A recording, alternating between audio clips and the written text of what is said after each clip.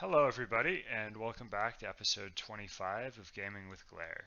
This is a feature on my Mecha'Thun Druid list. I've been playing this list for about a year now, and I find it really, really fun. You guys who have seen my Twitch channel will know that I play this deck a lot, but I have never featured it on YouTube, so now seems like a natural time to do that. This week, I was going to share the sort of new decks that came out of the mini set, but it's really only one new deck that I'm aware of that's really breaking the meta, which is the return of Big Shaman. Big Shaman is really tearing it up at High Legend. I am currently Diamond 5, but I've seen a lot more Big Shaman than I was expecting to, and people at higher rank than me, even high rank as much as like top 5 have been telling me that Big Shaman really tears it up. The consistency of the deck is much higher than it was in the past. And yeah, I'm going to be sharing Nerbelkay's list. He's on a tournament team that I play on for a wild tournament that I play. And he has a pretty solid list. I'll be showing the list, showcasing his list, and then sharing it in the description to the video. So that's going to happen. And then we're going to have the 2 or 3 games that I play with the Mecha'Thun Druid, and then I'll sign off. So hopefully you guys enjoy the video.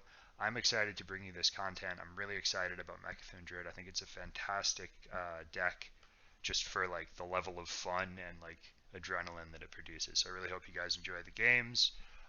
If you haven't subscribed already, I'd appreciate immensely if you guys could subscribe on YouTube, push the button, whatever the bell, ring the bell, and make sure that you are alerted for each of my weekly videos when they drop.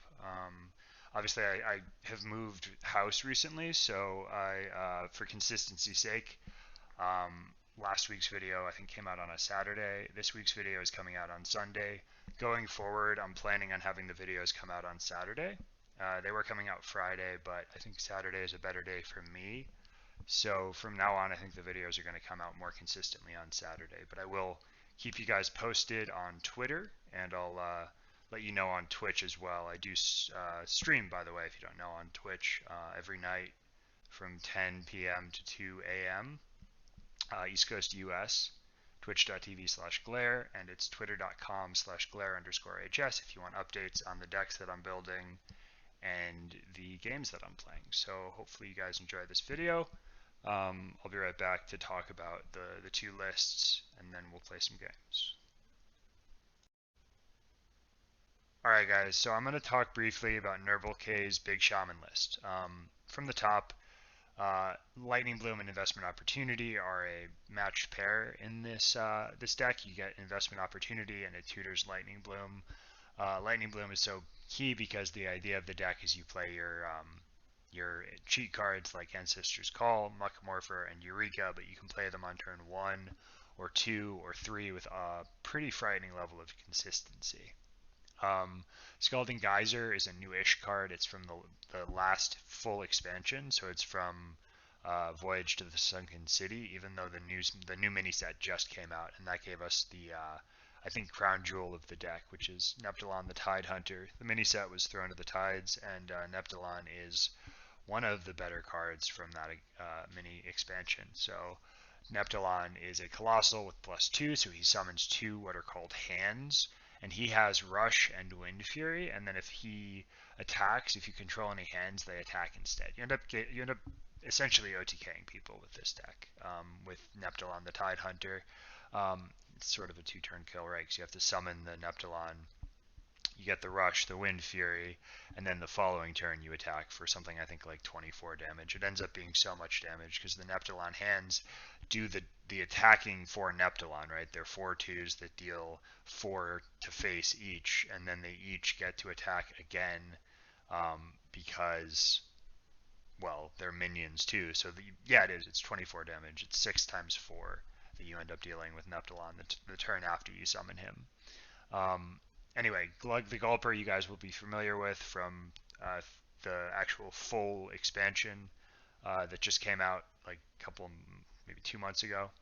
That was the Voyage to the Sunken City expansion. This is a colossal with +3, and after a friendly minion dies, you gain its original stats. So GwG really helps you defend yourself.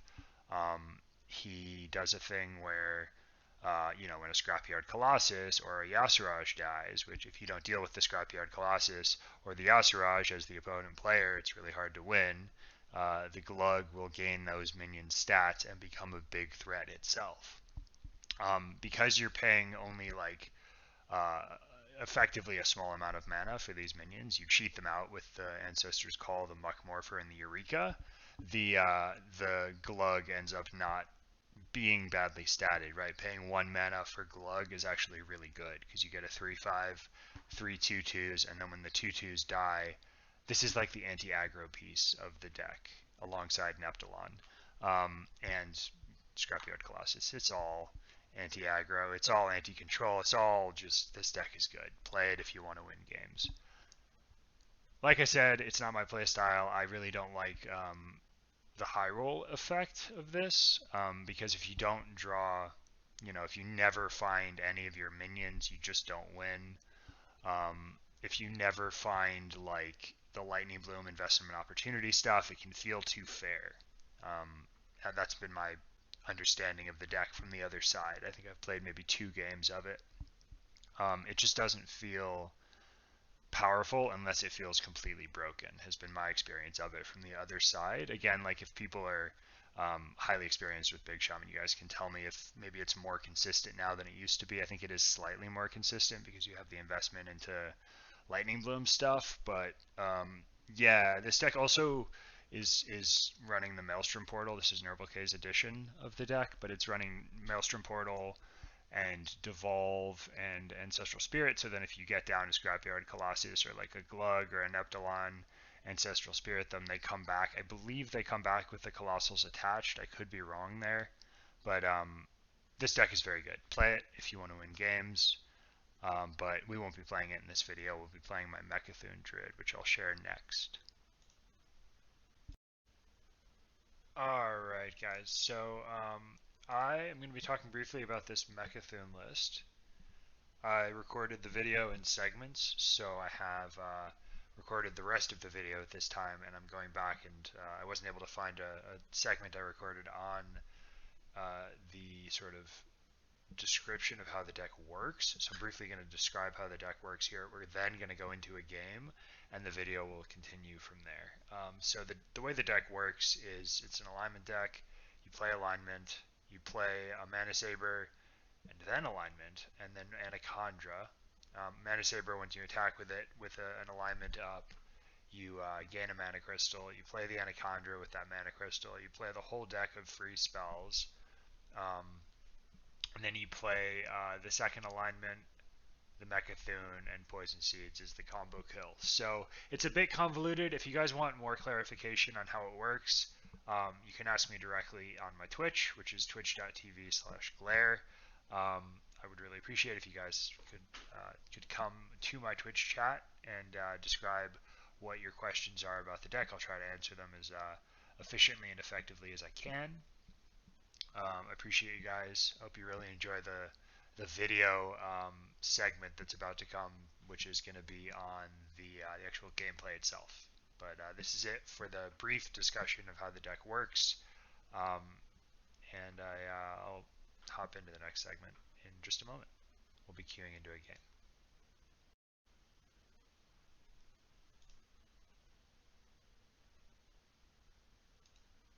Alright guys, so we're queuing in. We found a game, but it's taking a little while to actually launch us into the game.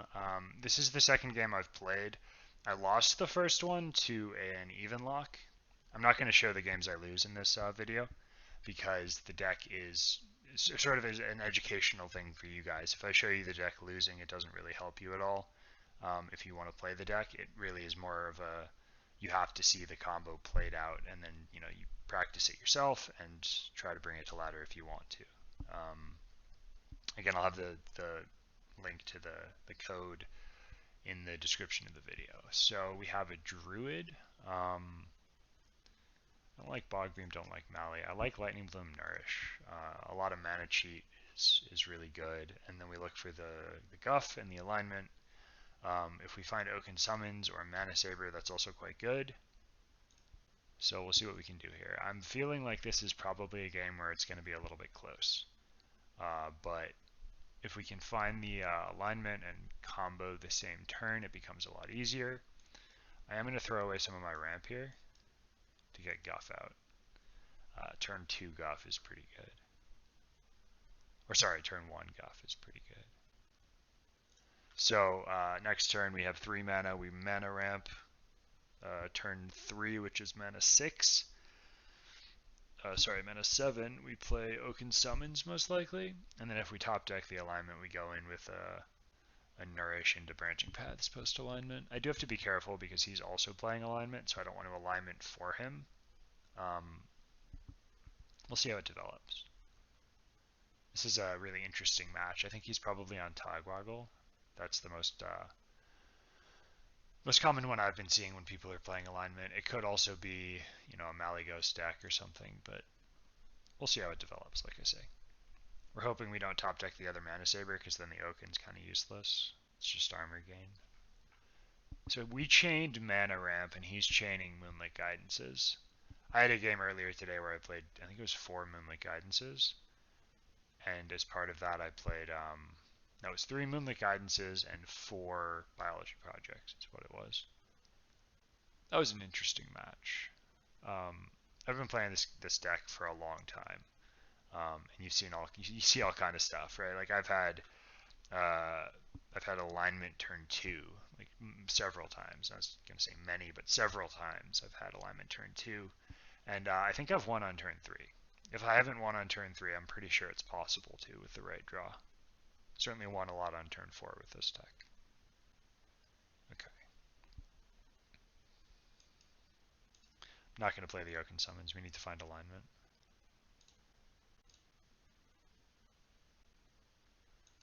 Mana ramp.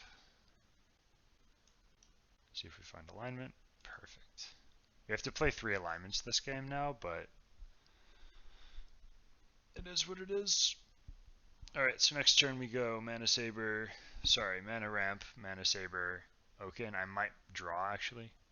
I could also go Oaken Summons and then Naturalize, but he can, Nourish, sorry, but he can Naturalize us, so that could be a concern. He's got his Guff going, okay. So we're both playing Guff. We're both Guff gamers.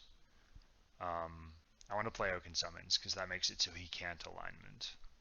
Unless he's, able to cheat mana somehow with like a Floop's Glorious Gloop or something.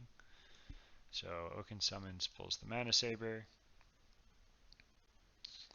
I think I want to play the other Mana Saber too. And then I want to go coin, innervate into draw. The only bad draw there would be like, I don't know, Mecha'Thun if he had Mutanus, which I've seen some people run. It's pretty uncommon, but most of the time we win here. We go play Bog Beam a 3/5, and then play Hero Power for draw, and then alignment. Yeah, I'm gonna have to stop talking during the combo turn because you can't really narrate everything you're doing. There's like 30 cards I have to play. I guess not 30 cards, but it's like 30 or 40 actions I have to take between discovering and just order is really important. So I'm gonna take off my headset and really try hard here.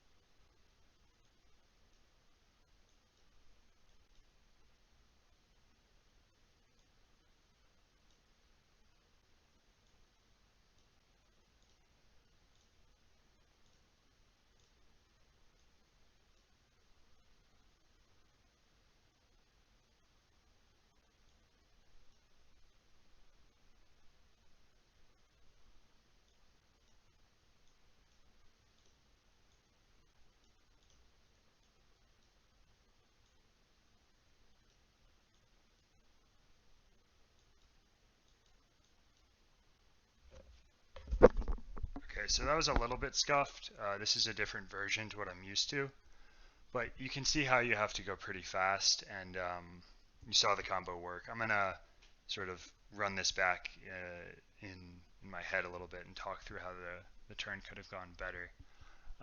I definitely wanted to bog beam before I played alignment. That was a misplay, and I definitely wanted to sort of, in theory, I'd like to be able to go faster. Would have been really good. I think I probably could have done that turn with 10 or 15 seconds left if I were a little bit better at the deck. Like this specific build of it, right? It's a little different. I had to check the deck tracker, which I did have up. I haven't been able to figure out how to get that to show for you guys on Twitch or on YouTube, but I was able to look at the deck tracker anyway, and I saw that I noticed too late that I only had 3 cards left, and I could have played the sort of overflow earlier if I had wanted to. I could have drawn 5 with 5 left in the deck. Like, I didn't need to branching paths for draw. I could have played the overflow, I think, instead of the branching paths. There were several misplays there, but you have to go really fast, so you kind of have to say, forget it. We're just trying to get the APM done, and then once you get a lot of games in, and sort of if you analyze your games back, that helps a lot. I do that sometimes with some of the harder combo kills, where I'll go like into HS replay and look back and be like, okay, how could I have done that better? You see that I have decent APM. I definitely have room for improvement. People who are really, really good at APM will get this combo probably done before the rope with a pretty comfortable margin for error, but I have work to do. So that's the game that we're featuring for this video. I think I am going to only feature the one game this week. So that's it. Mecha'Thun is really fun. It's a little bit off meta, and I hope you learned something from that game. I hope that you guys will take this up. I find this deck to be really fun and really fun to watch other people play as well. So I would love to see more people playing this on ladder. As weird as it sounds, because it's kind of a I don't know what to call it. Like it's a little bit of an aggressive. I want to play my game, you can't play your game kind of a deck. So it would be if this were the whole meta, it would be kind of bad. But for the most part, I think it's a healthy deck to have in the meta. It sort of bridges the gap between being really good against other combo decks because you shut down their combo, like Mecha'Thun combo, right? Mecha'Thun Druid can't win if you get alignment, for one thing.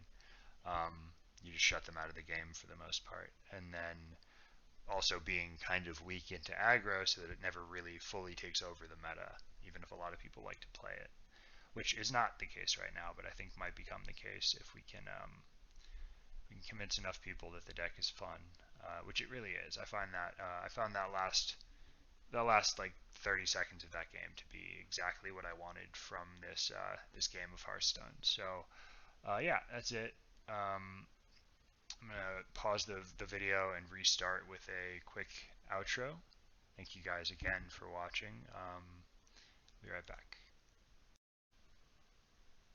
Alright, so this week was kind of weird. We're just doing one game this week, and I didn't play the game that we played perfectly. If you guys want to see me play a little bit cleaner, you can hop into my Twitch chat and watch me when I'm a little bit more relaxed. I always get a little tense when I'm recording for YouTube, and I like want it to go perfectly, and then sometimes it doesn't. If you end up picking up this deck, I would really appreciate feedback from you guys. Leave comments and come to Twitch chat and tell me what's up. If you really like the deck, I do coaching and co-oping, and you can reach out to me on Twitter or whatever, wherever you can find me, and we can talk about that. I love coaching and co-oping. I love this game and I love this deck. So so that's it from me for this video. I've plugged myself like every segment of the video, but in case you haven't realized up to this point, I do stream on Twitch. I'll be live tonight in about 2 hours. It's 8 p.m. Probably get this video out in the next hour, and we'll hope to see you there. So yeah, that's it from me. Hope you enjoyed this episode of Gaming with Glare, and I'll see you next week in the 26th episode of Gaming with Glare. Cheers, and I hope you guys enjoy the deck as much as I do. See you in the next one. Goodbye.